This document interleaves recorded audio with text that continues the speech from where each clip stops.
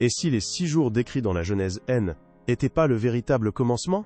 Si le tout premier verset de la Bible ne décrivait pas une création, mais une restauration?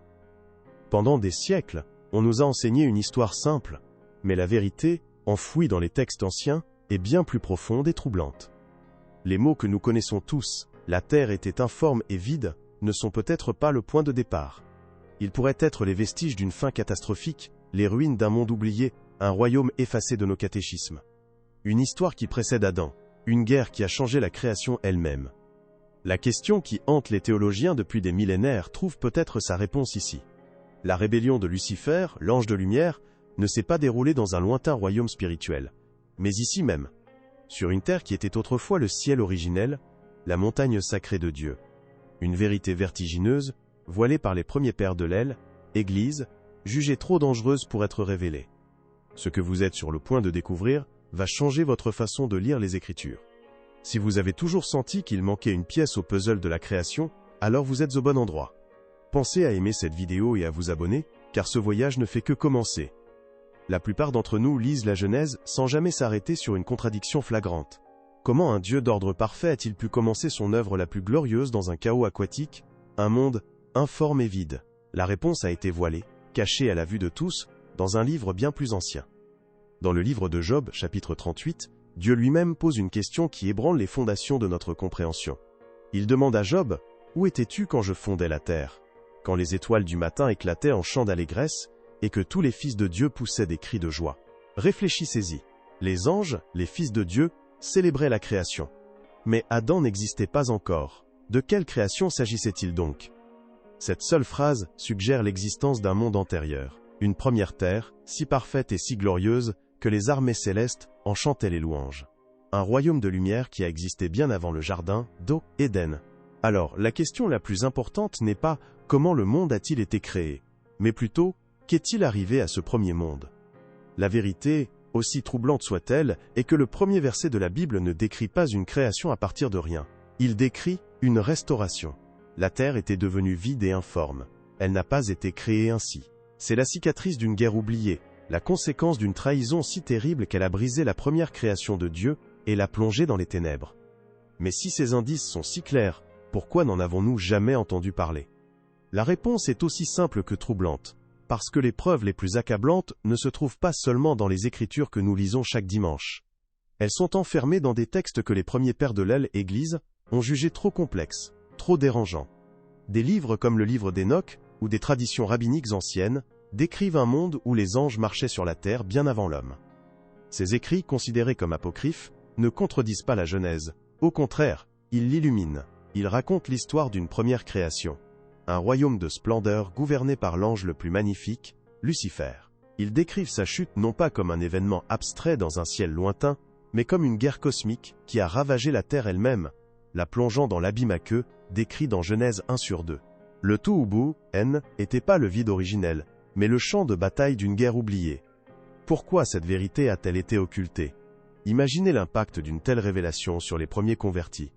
L'idée que Dieu avait déjà connu un échec, que sa première création avait été corrompue et détruite, était une doctrine potentiellement dévastatrice. Pour bâtir une foi simple et solide, il était plus sûr de présenter une histoire épurée, un commencement net à partir de rien.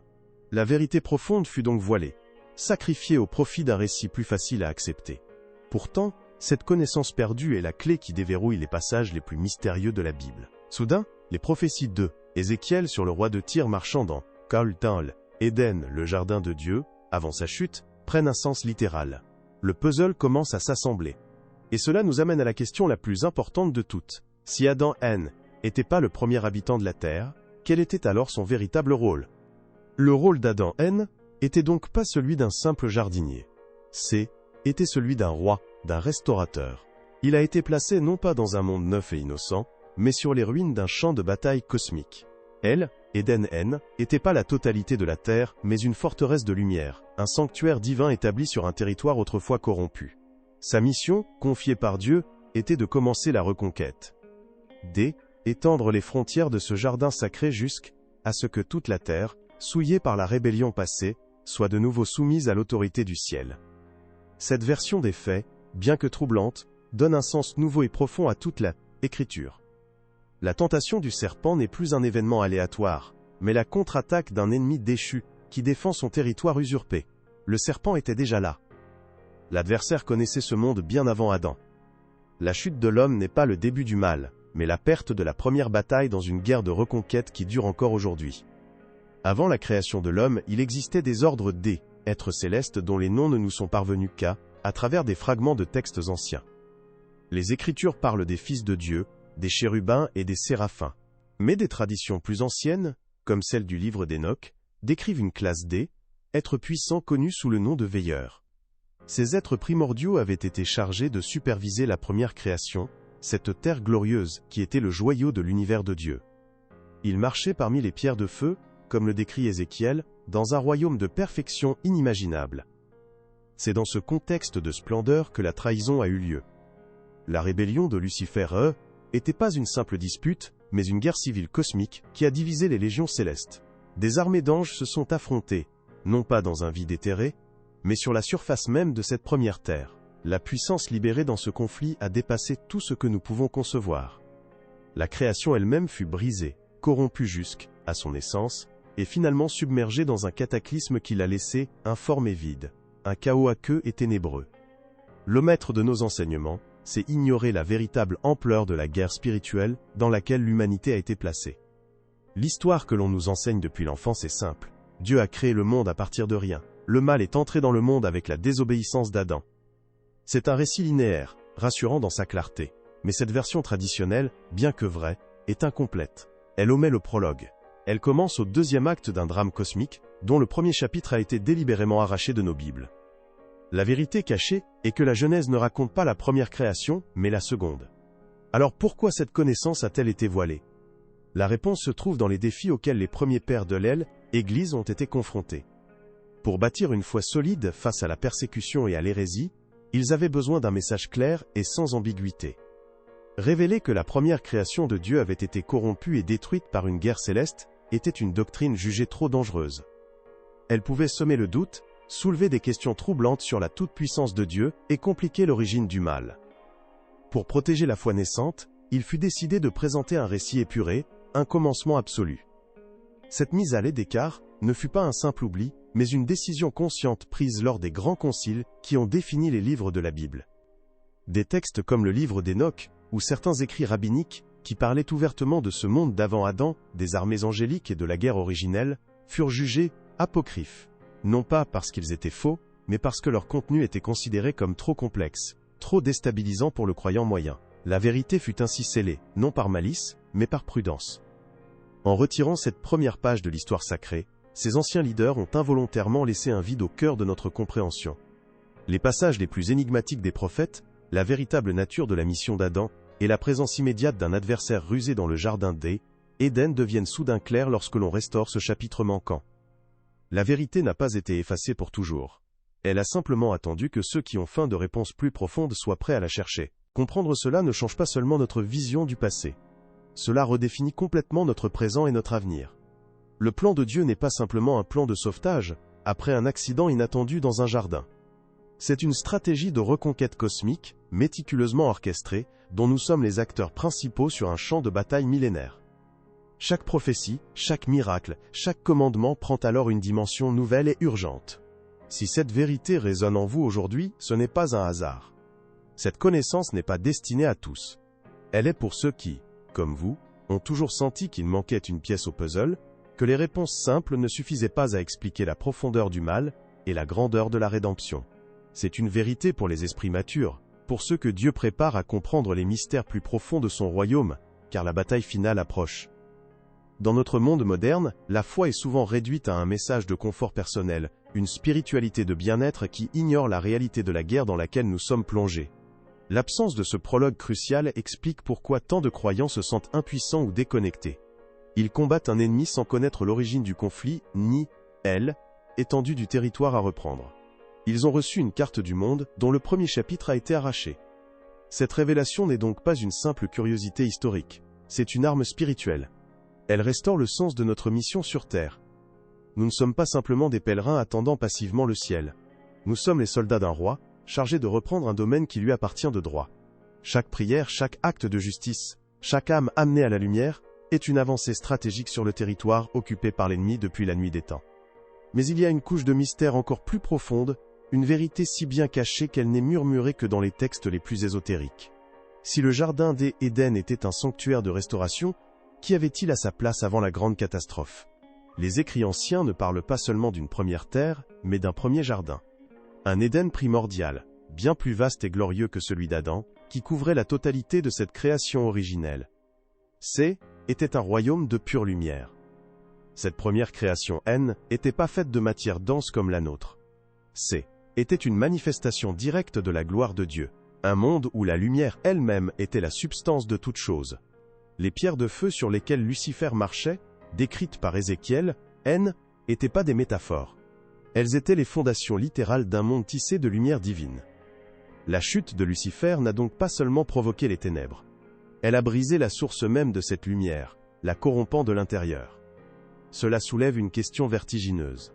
Si ce monde de lumière a été brisé et submergé, sa lumière originelle a-t-elle été complètement éteinte? Ou bien Dieu, dans sa prescience, en a-t-il préservé un fragment? Une étincelle de cette première création, cachée dans un lieu secret, mise à l'abri des ténèbres qui allaient recouvrir le monde, attendant le jour où elle pourrait être révélée à nouveau? La recherche de cette lumière perdue pourrait être la clé qui unifie toute la Bible, de la première page de la Genèse à la dernière page de l'Apocalypse.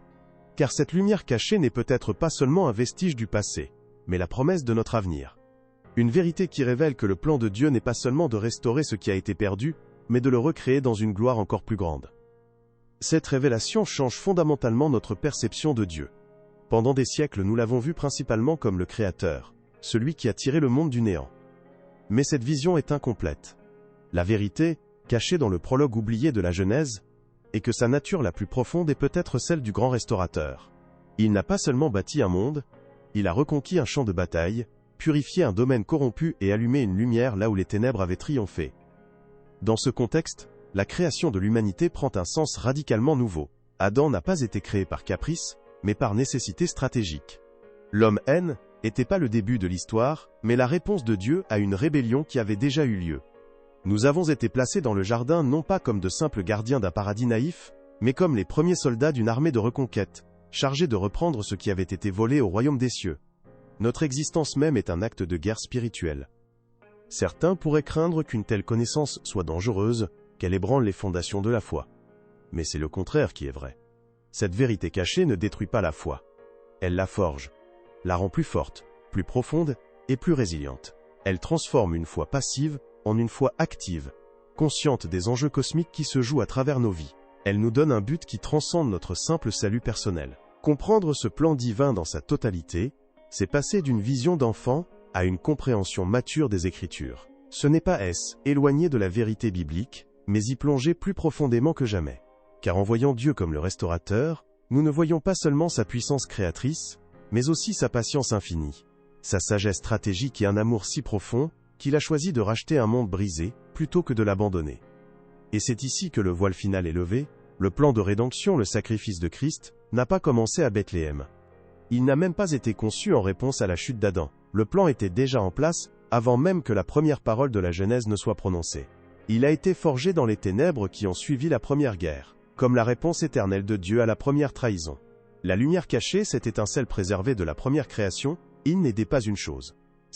Était une personne. Relisez maintenant le premier chapitre de la Genèse avec cette nouvelle compréhension. Lorsque Dieu dit que la lumière soit, ce n'était pas seulement un acte de création physique.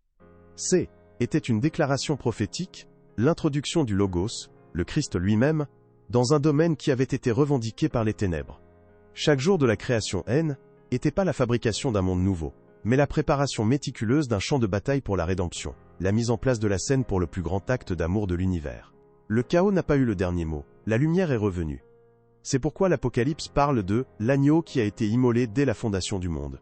Cette phrase, qui a longtemps semblé métaphorique, prend un sens littéral et terrifiant. La fondation du monde ne fait pas référence à la création d'Adam, mais à la refondation du monde sur les ruines du premier. Le sacrifice de Christ n'était pas un plan B. Était le plan A, la seule stratégie capable de vaincre un mal si ancien et de racheter une création si profondément brisée. Cette vérité ne diminue en rien la Genèse. Elle élève à un niveau de profondeur que peu ont osé contempler. L'histoire de la Bible n'est pas celle d'un paradis perdu, mais celle d'un royaume reconquis.